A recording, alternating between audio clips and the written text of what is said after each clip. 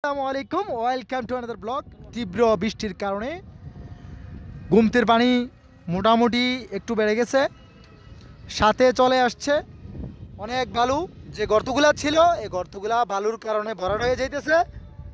লাভবান হবে পাতিনেতারা, কারণ ওরা হচ্ছে হাঁপ মেরে বসে থাকে কখন গুমতির পানি শুকাইব, শীতকালটা আসবো আর মাটিগুলো বেচা শুরু করবো রাতারাতারি।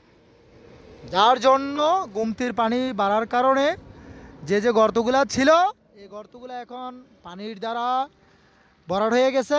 বর্তমান গুমতির পরিস্থিতি স্বাভাবিক অবস্থানে আছে, কোনো পানি বাড়ার কোনো কারণ নেই। এই টিভির বৃষ্টিতে পানি কোনো বাড়বে না। আমরা আছি এখন বর্তমানে লোকেশন হচ্ছে টিক্কারচর ব্রিজের উপরে। টিক্কারচর ব্রিজের উপর থেকে পশ্চিম দিকের আমরা লোকেশনটা ধরার চেষ্টা করছি। আমরা বৃষ্টির কোলাহলে আজকে আমরা ট্রাভেল করব কুমিল্লা থেকে।